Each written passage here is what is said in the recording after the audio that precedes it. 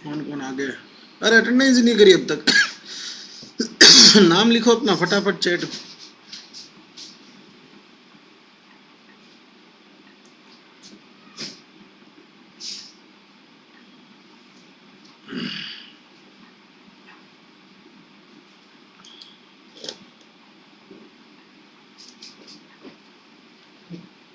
पढ़े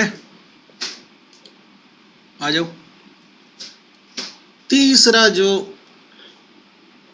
चतुष्क है वो शुरू हो रहा है और AIPGT 2018 में ये क्वेश्चन आया था कि खुराक चतुष्पाद जो चैप्टर है वो कौन से चतुष्क, ठीक है। तो तीसरा, पहला भेषज, दूसरा स्वस्थ, तीसरा निर्देश।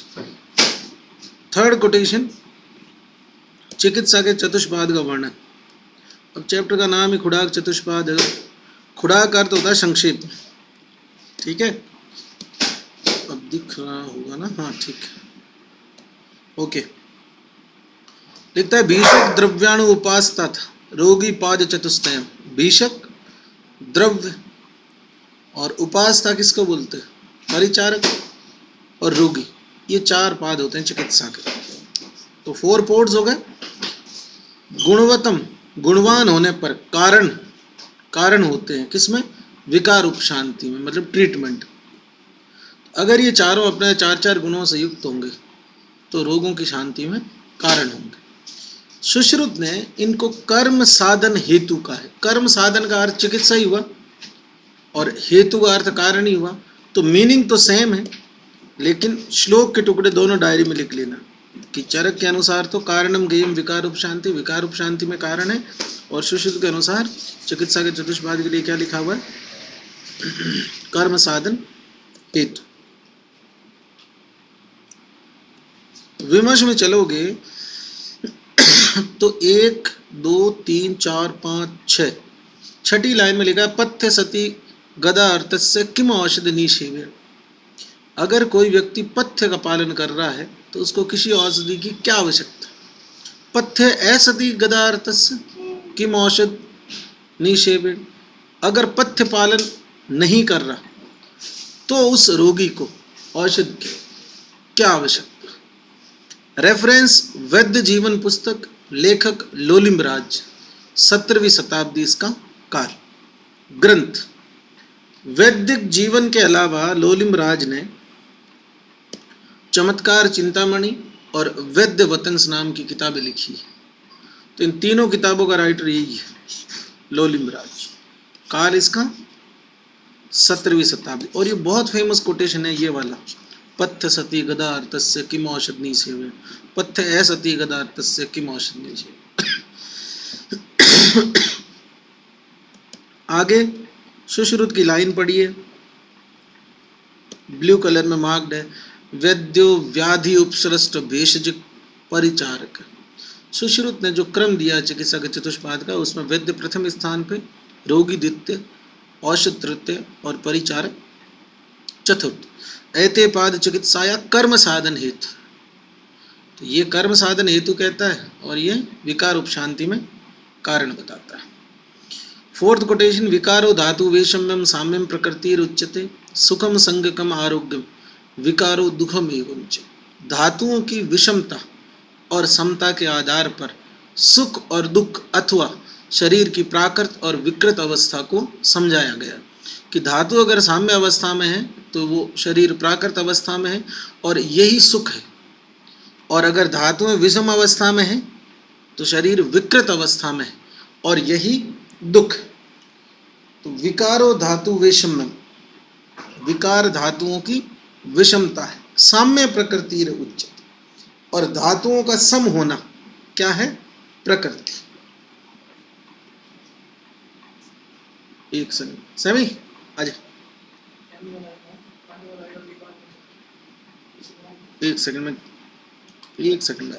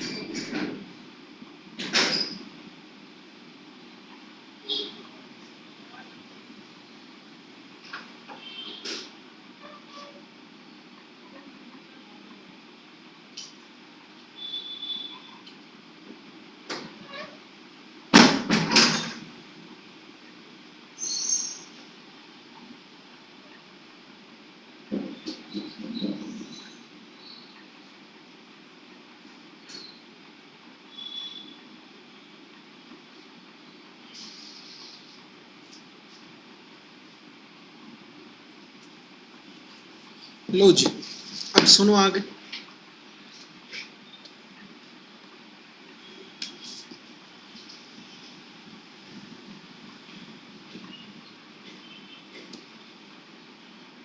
अब वाग्भट ने दोषों की वैषम्यता को रोग उत्पत्ति में कारण माना है और दोषों की साम्यता को आरोग्य में कारण माना। और अपन ने पढ़ा था चरक सूत्र 1 में तंत्र का प्रयोजन धातु साम्य। आप बस लिखो चरक बराबर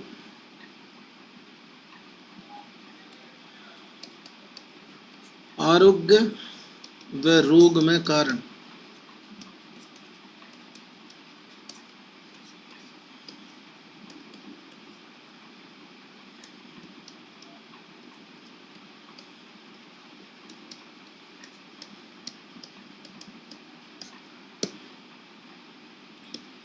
फिर वाग्भट का लिख देना, ये तो सेम ही है, धातु की जगह दोष कर देना।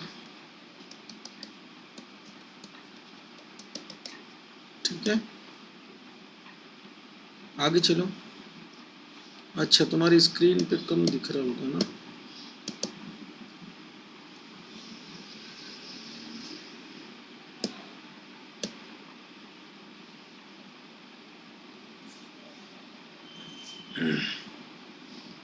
ये जो कोटेशन है ना, विकारो धातु वैषम्यम साम्य प्रकृति उच्यते, इसका रेफरेंस भी आता है कि कहाँ से, तो चरक सूत्र 9।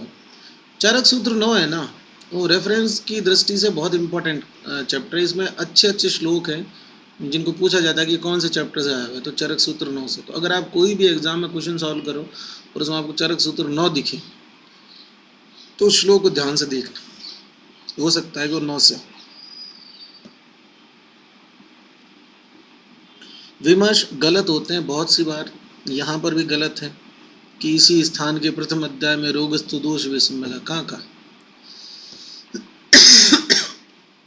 पहली बात तो का ही नहीं है ऐसा, और का है तो भी उसको इग्नोर करना भाई। वो अगर त्रिदोष के संदर्भ में है तो वाग्भट से जाएगा। चलो,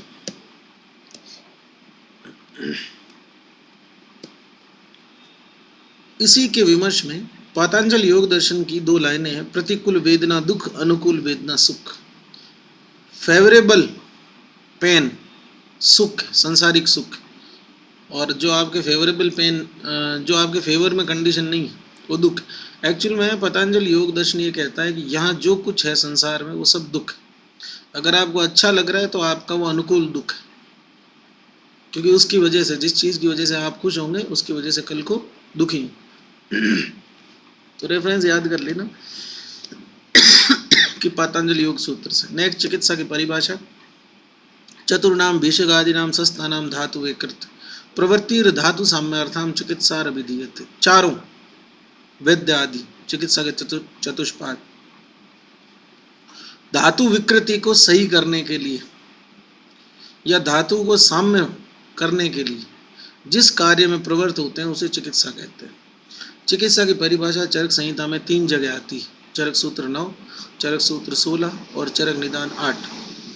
चरक सूत्र 9 का नाम ही खुदा चतुष्पाद है, तो जो चतुष्पाद से शुरू हो रही है चिकित्सा की परिभाषा वो इसी अध्याय की होगी, चतुर्नाम भीषगादिना।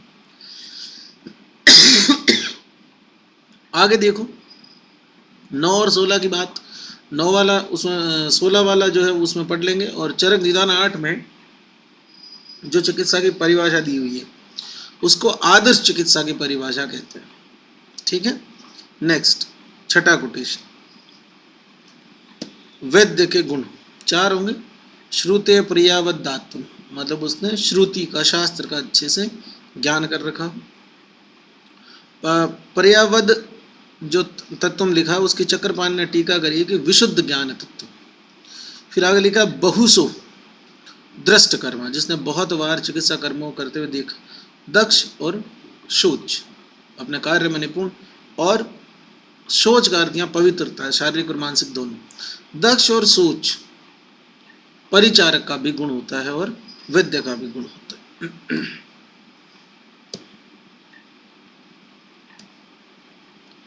आगे बढ़ोगे, वैदिक जीवन की एक और लाइन है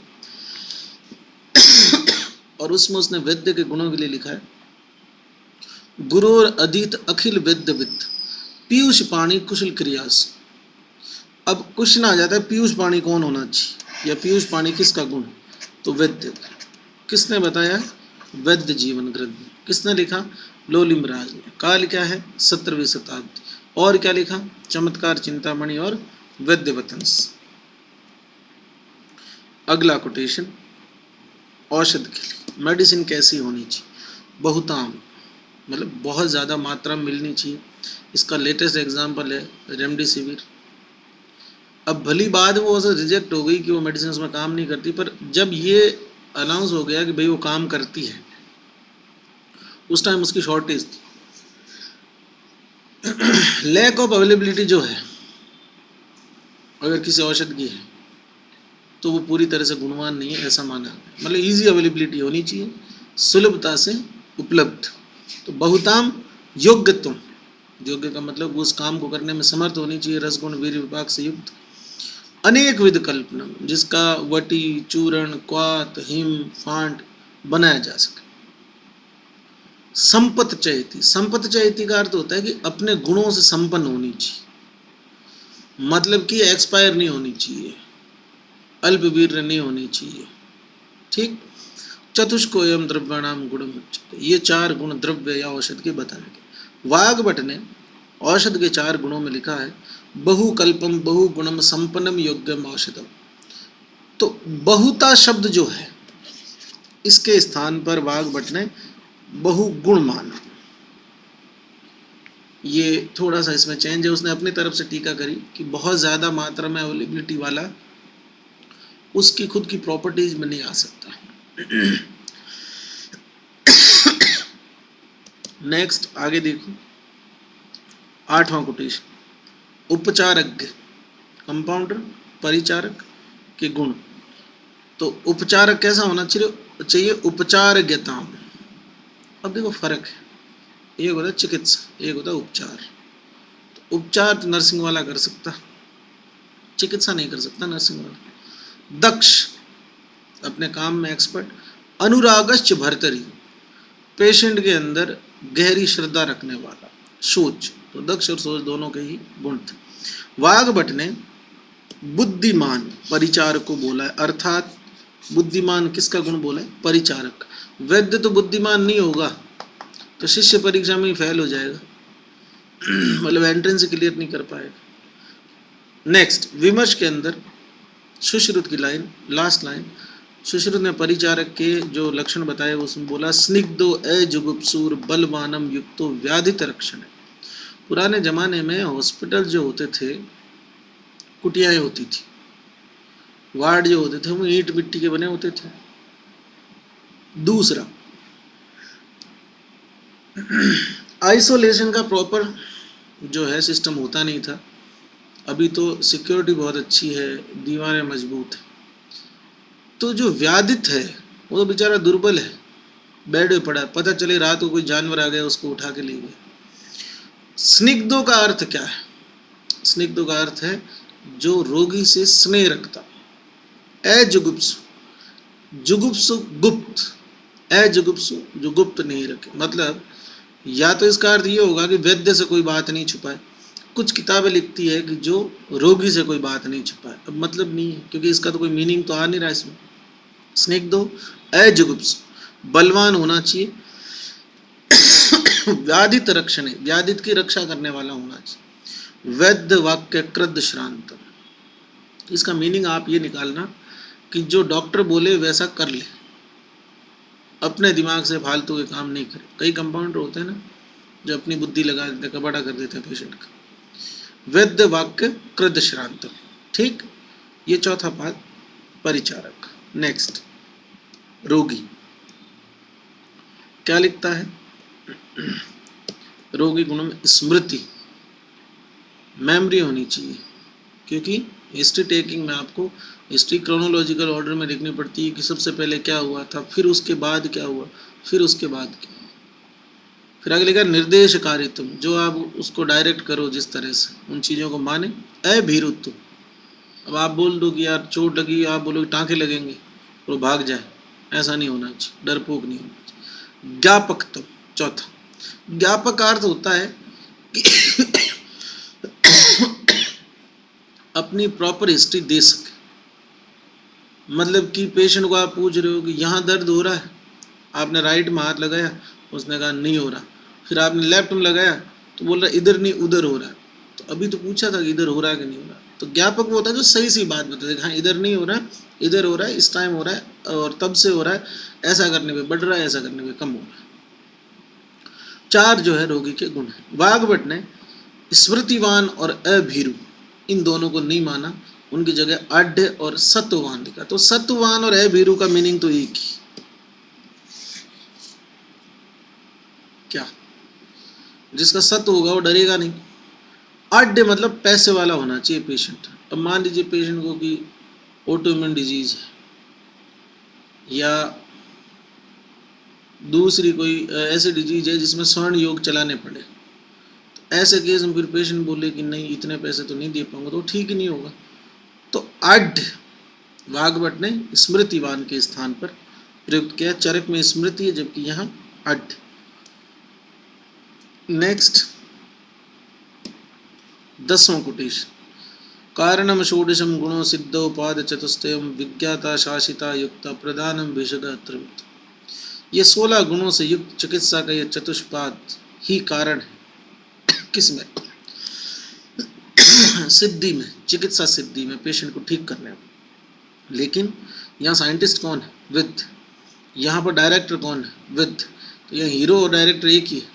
विज्ञाता शासित कौन? विद। इसलिए वैद्य क्या है? इन चारों में प्रधान है। 11वां 12वां और 13वां कोटेशन, इन 3 कोटेशन में वैद्य की 3 उपमाएं दी हुई।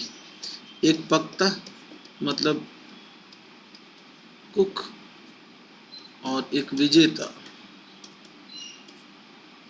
मतलब सेकंड नंबर का जो वॉरियर होता है पूरी फोर्स का, लाइक सेनापति।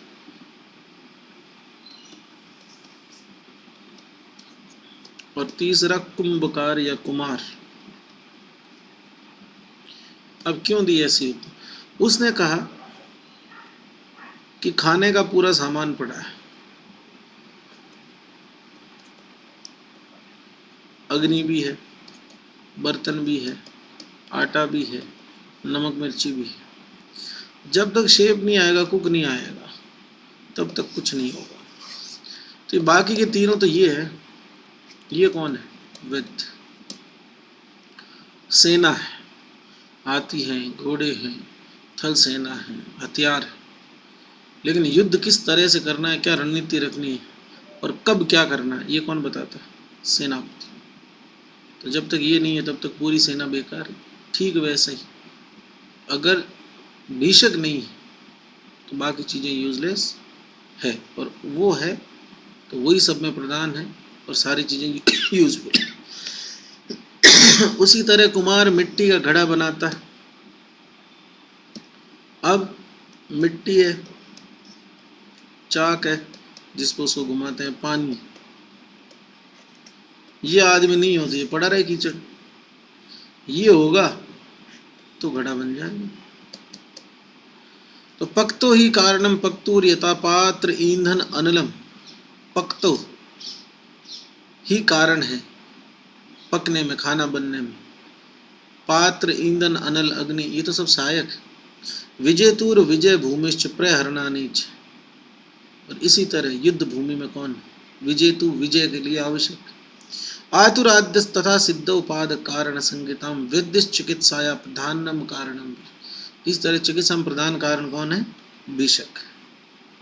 अपनी रेस्पॉन्सिबिलिटी समझ रहे हो कि तुम कितने इंपॉर्टेंट। 13वां कोटेशन, मृत दंड चक्र सूत्र कुंभकाराद रते यथा न वहंति गुणा विद्याद रते पाद त्रयम। तथा उसी तरह से ये तीनों गुणवान होते भी यूजलेस है वैद्य के बिना। जैसे मिट्टी, डंडा, चक्र, चाक, सूत्र सब पड़े लेकिन कुमार नहीं। 14वां कोटेशन, ज्ञानी वैद्य के लिए लिखा है, या चिकित्सा के चतुष्पाद के गुणों से युक्त वैद्य के लिए लिखा है। गंधर्व पूर्वत नाशम यद विकारा सुदारुण। ये लाइन आ जाए और तुम गलत करोगे 100%। और फिर मैं ये वीडियो डाल लूँगा ग्रुप में पेपर लगते ही कि जो ये क्वेश्चन जो ये क्वेश्चन गलत करके आया है वो खुद जिम्मेदार है। गंधर्व पूर्वत नाशम यद विकारम सुदारण। गंधर्व पूर्वत नाशम क्या है? जैसे स्वप्न मैल को टूटने में क्षण भर लगता है, वैसे ही रोगों से क्षण भर में जो पीछा छुड़वा दे वो कौन? ज्ञानी व्यक्ति। सपना देख रहे थे, एक जगह के राजा बन गए, हजारों नौकर चाकर, और गलती से रात को बाहुबली देख के सो गए तो सुबह रात को सपना आ भी सकता। तो उसी टाइम फोन के अलार्म बजी कि यार पढ़ना है, 5 बज के उठना है, तो वो स्वप्न मैल खत्म हुआ एक क्षण। उसी तरह से रोगों से क्षण भर में रोगों को जो नष्ट कर दे वो कौन है? ज्ञानी व्यक्ति। आगे वाली लाइन अज्ञानी की, वृद्धि माशु उपाय प्रतिक्षण। वृद्धि और उपाय इन दोनों की जो प्रतीक्षा करे। जैसे पेशेंट को दवाई दे दी, उसको मालूम नहीं क्या दी है, वैद्य खुद भी नहीं पता, दे दी और वेट कर रहा, अगर इससे ठीक हुआ तो इसी डिब्बे में से देता रहूँगा, इससे गड़बड़ होगी तो वैसे ही वापस आ जाएगा, दूसरे डिब्बे में से दे दूँगा। तो इस तरह जो चिकित्सा करे वो कौन है? अज्ञानी व्यक्ति।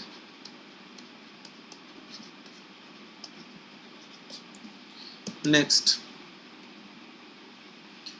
15वां 16 कहता है, वर आत्मा हो तो अज्ञ न चिकित्सा परिवर्तन। अपनी आत्मा को मतलब शरीर को अग्नि में हवन कर देना चाहिए लेकिन मेडिकल वाले से दवाई नहीं लेनी चाहिए। ये तो मतलब हुआ आयुर्वेद स्टोर है, पतंजलि का बोर्ड लगा हुआ है, वहाँ कोई बूढ़ा बुजुर्ग बैठा है, उसको पूछ रहे हैं जाके, पेट में गड़बड़ रहती है, डाइजेशन नहीं चलता सही से, को दवाई देना, फिर वो उसको बेचना। अरे पतंजलि की एक दवाई है बहुत बढ़िया है, अब डेली शाम को 2 और 2 सुबह लिया था। हो गया अज्ञानी विद्या वाला प्रोग्राम। किसी भी कंपनी के बारे में या किसी कंपनी से कोई राग द्वेष नहीं है, लेकिन यदि किसी कंपनी के प्रोडक्ट्स अच्छे नहीं हैं तो आप अपने किसी पेशेंट की जान के साथ थोड़ी खेल सकते। पतंजलि के बहुत सेलेक्टिव प्रोडक्ट ही ठीक है, लेकिन पतंजलि का तो झाड़ू, ब्रश, चम्मच, टेबल, कुर्सी कुछ भी ले लो। तो कहने का मीनिंग ये, उसका बिजनेस है, उसको करने दो। लेकिन पतंजलि ही आयुर्वेद है, गलत। पतंजलि स्टोर वाला ही डॉक्टर का काम कर रहा है, गलत। उनके प्रोडक्ट्स के रस औषधियों के रिजल्ट जो है वो संतोषजनक नहीं है, वटी गुट्टी के भी रिजल्ट संतोषजनक नहीं है। और मजे की बात, उनकी जो पेटेंटेड दवाइयाँ आती है उनके नाम बिल्कुल ऐसे होते हैं कि भोले भाले सिंपल आदमी को समझ में आ जाए, जो नॉन मेडिक को। समझ में आ रही बात? वो इसीलिए तो बनाए गए कि कोई आके कहे कि गैस बन रही है पेट, तो किसी टेबलेट का नाम ही गैस से रख दिए, गैस नाशक चूर्ण, इस तरह के नाम। समझ पा रहे? अपनी फैमिली, अपने सर्किल में हमेशा इस चीज़ के लिए बोलो, क्योंकि एक आयुर्वेद का डॉक्टर ये जानता है कि चूर्ण किस कंपनी का अच्छा है, वटी गुट्टी किस कंपनी की अच्छी है, रस औषधि किसकी अच्छी है, आशा वरिष्ठ किसके अच्छे हैं। उसमें भी पर्टिकुलर होते हैं कि भाई आरोग्यवर्णी इस फार्मा की अच्छी आती है, अगर आपको गोल्ड में जाना है तो इधर अच्छा है। समझ पा रहे हो? इतना क्लासिफाइड कौन हो सकता है जो प्रैक्टिस करता है? अब एक आदमी है, उसके पास सामान ही एक ही कंपनी का, तो वही देगा। दंत कांति मांग रहे हो, दंत कांति दे देगा, शैम्पू मांग रहे हो तो शैम्पू दे देगा, कपड़े धोने की साबुन मांग रहे हो, दुकानें हैं जी। लेकिन लोगों को अवेयर करना चाहिए। और बहुत इन्फ्लुएंस पेशेंट आते हैं मेरे पास। अच्छा मजे की बात सुनो, जो पेशेंट मान लीजिए पतंजलि की दवाई ले रहा है, उसके दिमाग, अब पतंजलि की दवाई से ठीक तो होना नहीं है, क्योंकि लिखने वाला डॉक्टर नहीं था, उसने प्रॉपर ट्रीटमेंट नहीं किया, पहली बात। तो दूसरी बात, उसने जो मेडिसिन लिखी उसकी डोज का, टाइम का, अनुपान का सब लापता। तीसरा पथ्य है, पथ्य को समझाया नहीं।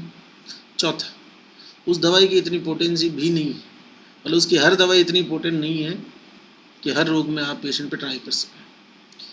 अब वो क्या है, उसके दिमाग में एक थ्योरी बैठी हुई है कि आयुर्वेद का मतलब बाबा रामदेव और पतंजलि होते हैं, और बाबा रामदेव और पतंजलि गोली लेने से अगर कुछ नहीं हुआ है, इसका मतलब आयुर्वेद फर्जी है। तो कुछ पेशेंट ऐसे आते हैं जो बोलते हैं साहब आयुर्वेदिक ट्रीटमेंट हम पहले ले चुके पर हमारे फर्क नहीं पड़ा। और उसको पूछते कहाँ से लिया? हमारे वो गली के पास में पतंजलि स्टोर है, वहाँ से लिया। पर्ची लाओ। पर्ची तो नहीं देते साहब। क्यों नहीं देते? क्योंकि पतंजलि स्टोर पे एक डॉक्टर रखने का निर्देश दिया हुआ है। डॉक्टर की सैलरी फिक्स करी हुई 30,000 रुपये, BMS डॉक्टर चाहिए। अब जिसने दुकान खोली है वो मैंने 30,000 क्यों देगा? तो खुद ही डॉक्टर बन जाता हूँ। तो कहने का मतलब है खुद को अग्नि में झोंक लो, लेकिन अज्ञानी से ट्रीटमेंट मत करो। पाणी चार आद्य यथा अचक्षुर ज्ञानाद भीत भीत होता है। क्या समझे? पाणी चर कौन होता है? हाथ से कौन चलता है? अंधा आदमी। छड़ी होती है हाथ में, उससे यूं यूं यूं यूं करके तो चलता है। पाणी चर आद्य यथा अचक्षुर, चक्षु है नहीं, डर डर के चलता। भीत भीत होते, डरते डरते, जैसे यूं चल रहा है, सामने कुछ टकरा गया तो रास्ता इधर कर लेगा कि यार कुछ आ गया सामने। आगे लिखा नोयर मारुत वशे वज्ञो भीषक चरती कर्मश। एक नाव है,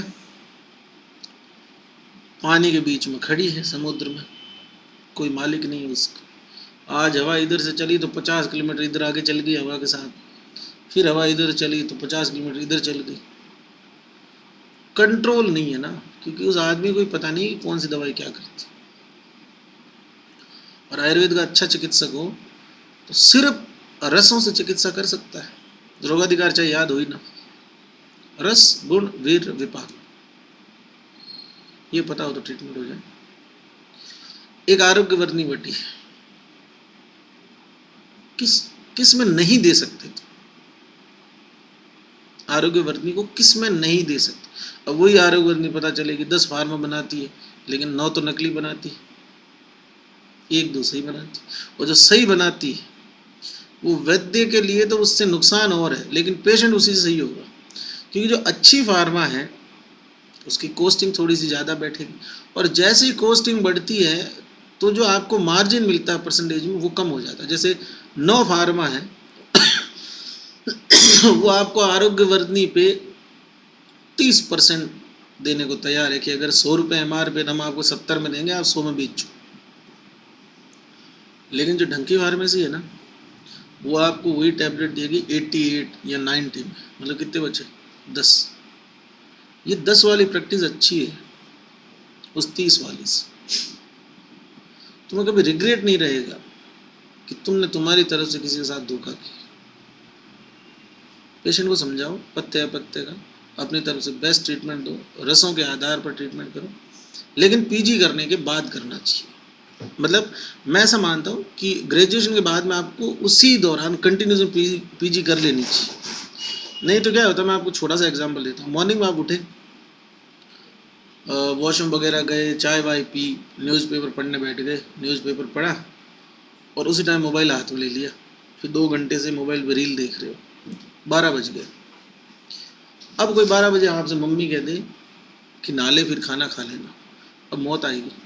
और सुबह उठे, वॉशरूम गए, चाय पी, उसी टाइम नहा लेते तो वो काम हो जाता।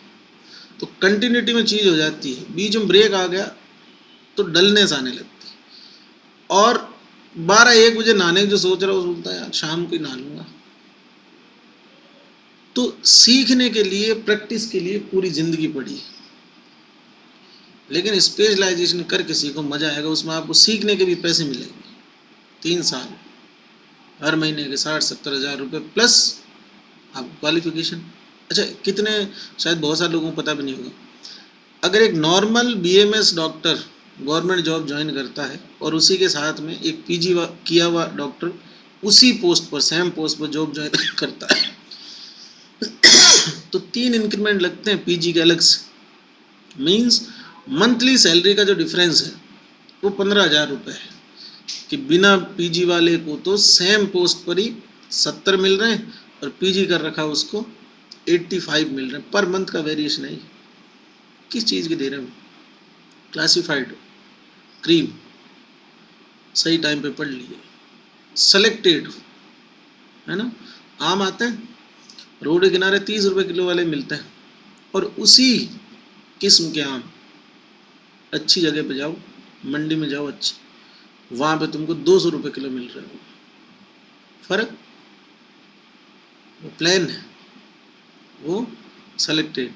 सेलेक्ट किसने किया? बेस्ट क्वालिटी का एक बॉक्स बनाया, इसको रेट डबल रेट में बिकेगा, समझ रहे? तो ठीक वैसी बात ये है। चलिए आगे चलते हैं। 17वां कोटेशन, 17वें में लिखता है यद्र छायाम समापन्नम उत्तारम नियत आयुषाम भीषक अभिमानी निहंत आशु सतानि नियत आयुष। एक आदमी था, अट्टा कट्टा था, मजबूत था, सर्दी खांसी जुकाम हो गया, मतलब राइनो वायरस हो गया, और गया स्टोर पे। वहाँ एक कोई बुजुर्ग बैठे थे, दुकान चला रहे थे अपनी, कि बाबूजी बुखार आ रहा, आयुर्वेद तो कुछ दे दो, सर्दी खांसी जुकाम। बाबूजी को नहीं पता,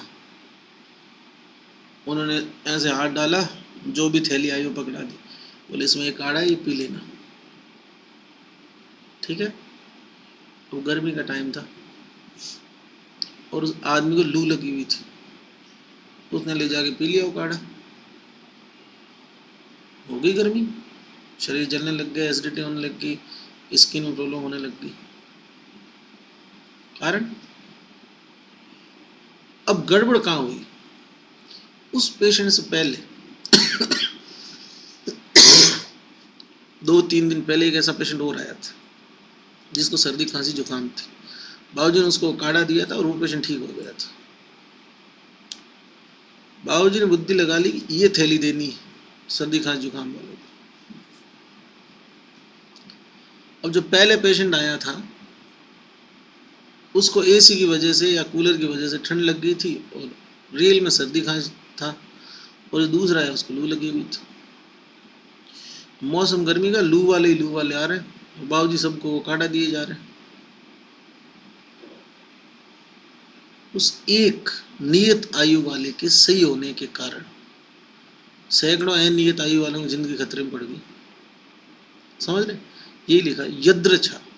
यद्रछा का मतलब होता है रैंडमली, वैसे ही बिना किसी कारण के अगर कोई एक आधा नियत आयु वाला सही हो जाए तो वो अभिमानी भीषक कि मैं ही हूँ वो यहाँ के आसपास का सबसे अच्छा डॉक्टर आयुर्वेद का, कि मैंने उसका ट्रीटमेंट किया था वो सही हो गया। तो वो भीषक अभिमानी क्या कर सकता है? सैकड़ों अनियत आयु वाले लोगों की जान का दुश्मन बन जाता है। चलिए आगे लिखा है विमर्श में गुणाक्षर न्याय। लिखो अष्टांग संग्रह गुणाक्षर न्याय।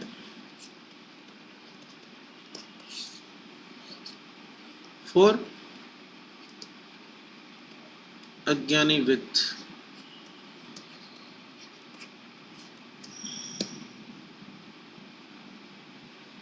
अष्टांग संग्रह गुणाक्षर न्याय फॉर अज्ञानी वित्त।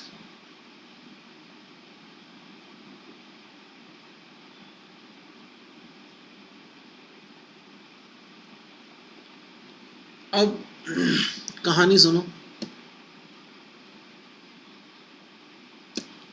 वे चल जा भैया।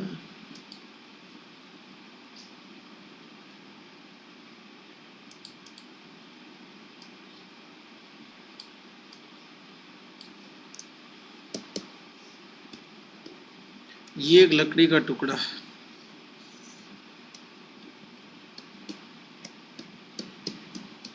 पुरानी लकड़ी पड़ी है,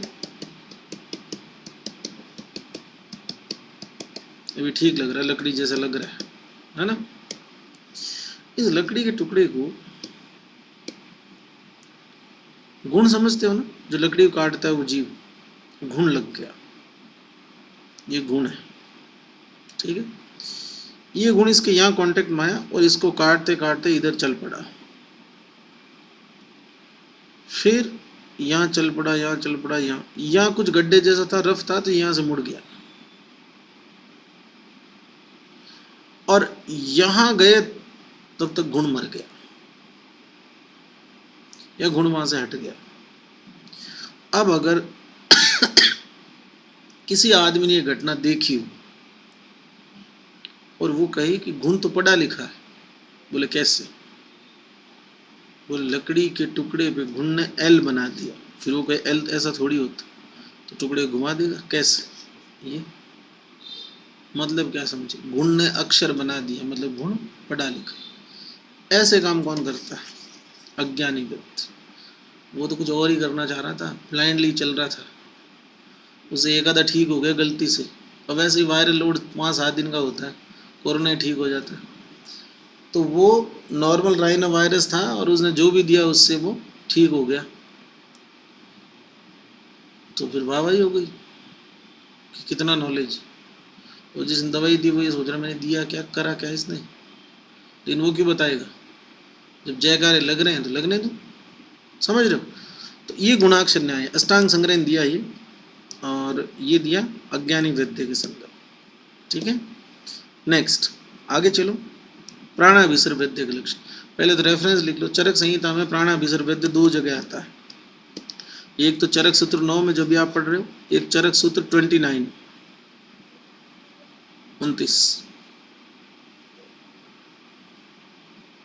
ये सब डायरी में लिखने जैसी चीजें हैं ना, जैसे ये है, ये है, ये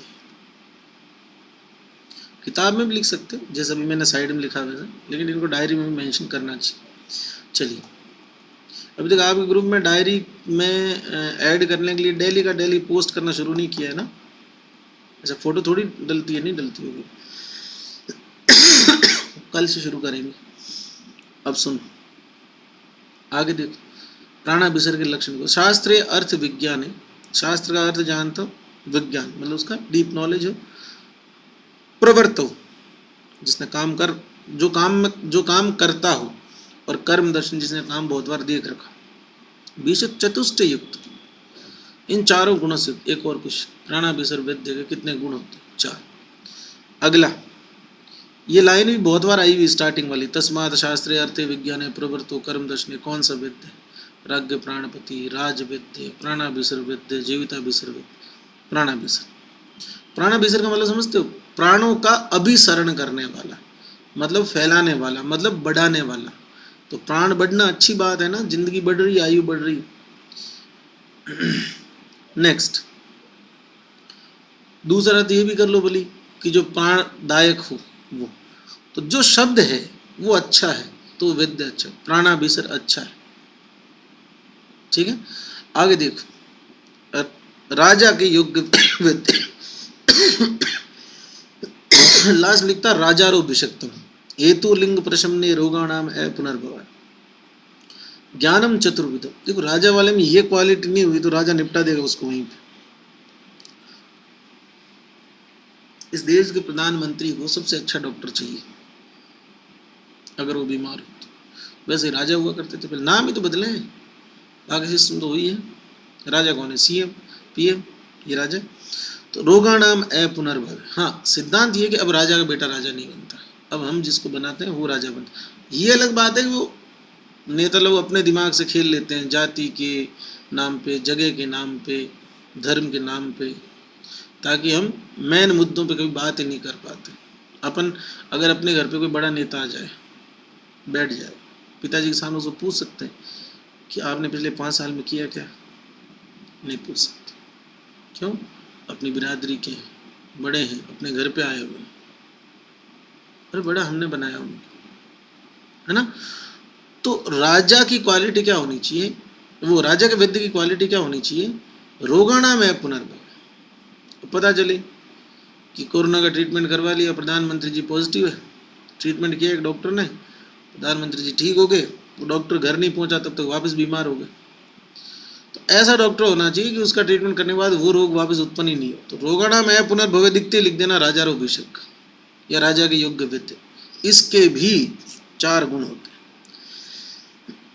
हेतु लिंग प्रशमन, प्रशमन औषध का पर्याय है, भेषज का। तो हेतुलिंग औषध आ जाए जहाँ पे, और साथ में रोगणा में पुनर्भव आ जाए, तो राजा रोगीश। नेक्स्ट 20वां कोटेशन, 3 चीजें जो हमेशा पात्र की अपेक्षा करती है, मतलब समझते हो कि उसका यूज कौन कर रहा है, इस बात पे डिपेंड करता है कि वो यूटिलाइज कैसे। और अगर चरक आज होते तो इसमें यहाँ लिख देते कि एटम एनर्जी, इलेक्ट्रिसिटी, ये ऐड कर देते। शस्त्र शास्त्र सलिल, शस्त्र गन है। आज अपना देश का नौजवान 1 अरब से ज़्यादा लोगों की रक्षा कर रहा है, बॉर्डर पे खड़ा है उस गन को लेके, ताकि कोई दूसरा देश का आदमी घुस नहीं सके। अच्छा काम कर रहा है, पॉजिटिव है। इसी शस्त्र से भाई भाई को मार रहा है उसकी जमीन हड़पने के लिए। पात्र और कुपात्र, वो फौजी इसका पात्र है, वो पुलिस वाला इसका पात्र है। सोसाइटी की, देश की रक्षा के लिए शस्त्र काम आ रहा है, अपने कुटुंब को, अपने देश के लोगों को, अपने परिवार को बचाने के लिए काम आ रहा है। तो शस्त्र सही हाथों में है, पात्र सही है उसका। और यही अगर एक लालजी भाई के पास है तो भाई भाई को मार रहा है उसी शस्त्र से, तो कुपात्र का। तो ये पात्र की अपेक्षा रखते हैं, मतलब इनके गुण और दोष इस बात पर डिपेंड करते हैं ये है किसके पास। शास्त्र, शस्त्र के बाद शास्त्र। अपन आयुर्वेद पढ़ते हैं, लोगों का ट्रीटमेंट करेंगे, किसी का भलाई तो करेंगे। और इन्हीं शास्त्रों से कुछ लोगों को पागल बना देते हैं कि काला जादू, पुरानी किताबें जो हिंदुस्तान की किसी भी धर्म से संबंधित हो, काला जादू, टोने टोटके, ये वो, उससे भ्रमित करते हैं लोगों, अपना पेट पालने के लिए उनको बेवकूफ़ बनाते हैं। आदमी चेंज, काम चेंज। तीसरा, जिस केमिस्ट्री फिजिक्स को अपन बायो को पढ़ के आए उससे जीवन को समझा जाता है, मनुष्य के जीवन को सुलभ बनाया जाता है, सुखपूर्वक बनाया जाता है, लंबा बनाने की कोशिश। देखो चाइना है, लैब के अंदर वायरस पे टेस्ट कर रहा था, उसका तबीला वो सारा इन्फेक्टेड हो गया, बाहरी दुनिया में आ गया, अब सब मर रहे हैं। वो कुपात्र है कि उसको as a biological weapon use करने के लिए बनानी थी चीज़ें। WHO ने पुष्टि कर दी, WHO को अंदर नहीं घुसने दिया उसने, बाहर से रिपोर्ट बनाई उसने, पता चल गया। तीसरा, सलील, पानी। मिट्टी के बर्तन में पानी होगा उसके अलग गुण है, तांबे के बर्तन में अलग है, लोहे के बर्तन में अलग है, कांच के बर्तन में। तो शस्त्र, शास्त्र और सलील, ये तीनों, इनके गुण और दोष की प्रवृत्ति पात्र अपेक्षी होती है कि इनसे गुणवान है ये या दोष युक्त है। ये किस बात पर डिपेंड करता है कि किस पात्र में। नेक्स्ट आगे देखो 21 नंबर का कोटेशन, उत्तम विद्या के गुण। कभी पूछ ले कितने होते तो 6, डायरी में लिखना। वी लाइन चलती है। विद्या वितर्को विज्ञानम, विद्या वितर्को विज्ञानम, स्मृति तत्परता क्रिया, किसके लक्षण है? उत्तम विद्या। रेफरेंस आए तो चरक सूत्र 9। 22वां कोटेशन, विद्यामति कर्म दृष्टि अभ्यासम सिद्धि आश्रय, विद्य शब्द भी निष्पत्तम अवलोकम एकम एकम अपियत। जिसके अंदर ये 6 गुण हो उसको वैद्य शब्द से सुशोभित किया जा सकता है। ये वही कंसेप्ट है जो अभी PhD वाले अपने नाम का डॉक्टर लगा ले, डॉक्टर कुमार विश्वास। डॉक्टर कुमार ये कोई किसी ट्रीटमेंट थोड़ी करेगा, स्पेशलाइजेशन है, PhD कर ली उसने तो नाम के आगे डॉक्टर लग तो कह रहा है सिर्फ वैद्य होना ही नहीं, दूसरी किसी फील्ड में विद्या है, मति है, कर्म है, अभ्यास है और उससे उसको सिद्धि मिली, तो वैद्य शब्द का प्रयोग लोक में उन लोगों के लिए भी होता है। Next the most important one 24, शास्त्र ज्योति प्रकाशात्म दर्शन बुद्धिरात्मना। शास्त्र जो है वो ज्योति है, कमरा है, इसमें अगर लाइट चली जाए तो अंधेरा हो जाएगा, तो कुछ दिख ही नहीं पाएगा। यहाँ इस अंधेरे के अंदर उजाले का काम ये लाइट कर रही है, वैसे ही अपने दिमाग के अंदर जो अंधेरा है उसमें ज्योति कौन है? शास्त्र, जो प्रकाशित करती है किसको? बुद्धि को, मतलब अपने को चीजें क्या है ये समझ में आता है शास्त्र से। शास्त्र ज्योति प्रकाशात्म दर्शनम बुद्धिरात्मा, वस्तुओं को प्रकाशित करने के लिए जैसे दीपक या लाइट या रोशनी चाहिए या सूर्य का प्रकाश चाहिए, वैसे ही बुद्धि और आत्मा को ज्ञान करवाने के लिए जो ज्योति स्वरूप है वो कौन? शास्त्र। रेफरेंस चरक सूत्र 9। 25 नंबर कोटेशन, चिकित्सिते त्रय पादा यस्माद वैद्य विपाश्य। चिकित्सा के तीनों पाद वैद्य के उपासित होते हैं। तस्मात् प्रत्यमातिष्ठेद भीषकम स्वयं संपत्ति। एक डॉक्टर जिंदगी भर तक, जब तक वो लोगों का ट्रीटमेंट करता है, क्या बोलते हैं? प्रैक्टिस कर रहा है, प्रयास, प्रयत्न, प्रैक्टिस, अभ्यास। ये तो लिखा है कि जिंदगी भर आपको पढ़ना ही है, क्योंकि आपके सामने नई नई बीमारियां आएगी, नए नए केस आएंगे, हर दिन आप कुछ सीखें। हमेशा इस प्रयत्न में रहिए कि आप उस हर नई चीज के बारे में जान सकें, उस हर पेशेंट के बारे में एक ओपिनियन बना सकें, डीप से डीप नॉलेज तक पहुंच सकें। नहीं तो कंपाउंडर तो अपने घर चला जाए टीवी देख। अगर तुम्हें कुछ बनना है तो तुम्हें नौकरी लगने के बाद भी चिकित्सा करोगे तो चक्कर तो उठानी पड़ेगी कि यार ऐसे पेशेंट आते हैं मेरे गांव में या मेरे शहर में या मेरे हॉस्पिटल में, मैं क्या दूँ? पता करना पड़ेगा ना मार्केट में क्या क्या चीजें आती है। तो जिस दिन प्रैक्टिस करोगे उस दिन तो प्रयत्न जिंदगी भर करना। 26 नंबर का कोटेशन, वैद्य की 4 वृत्ति। वैद्य की वृत्तियां पूछे तो भी 4, चित्त प्रसादक भाव पूछे तो भी 4, बुद्धिर ब्रीही पूछे तो भी 4। ठीक है, ये चारों तीनों एक ही चीज होती है। कितनी होती है? 4। क्या है अभी पढ़ते हैं,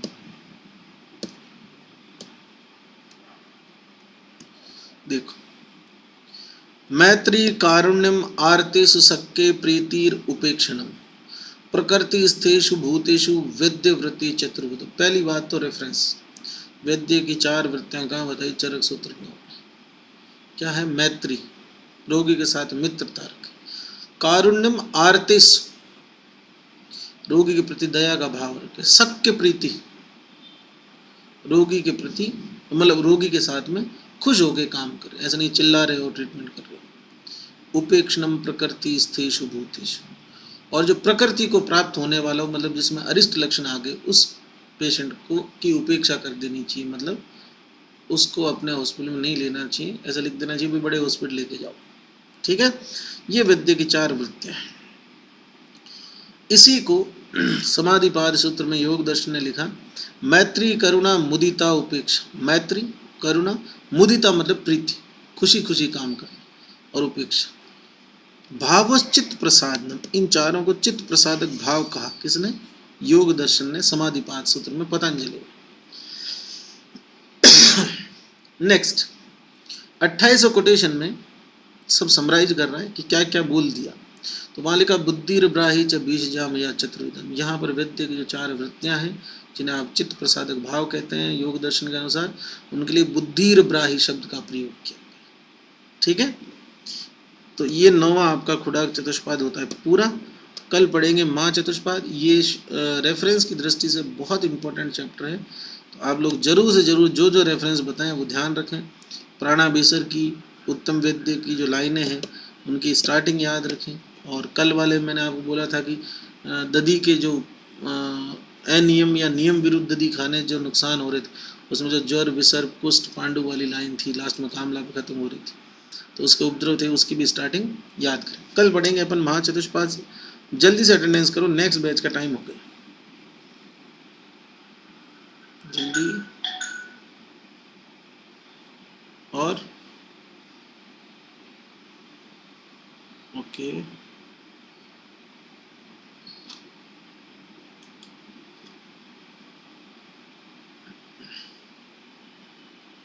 ठीक, चलो ठीक है ये भी।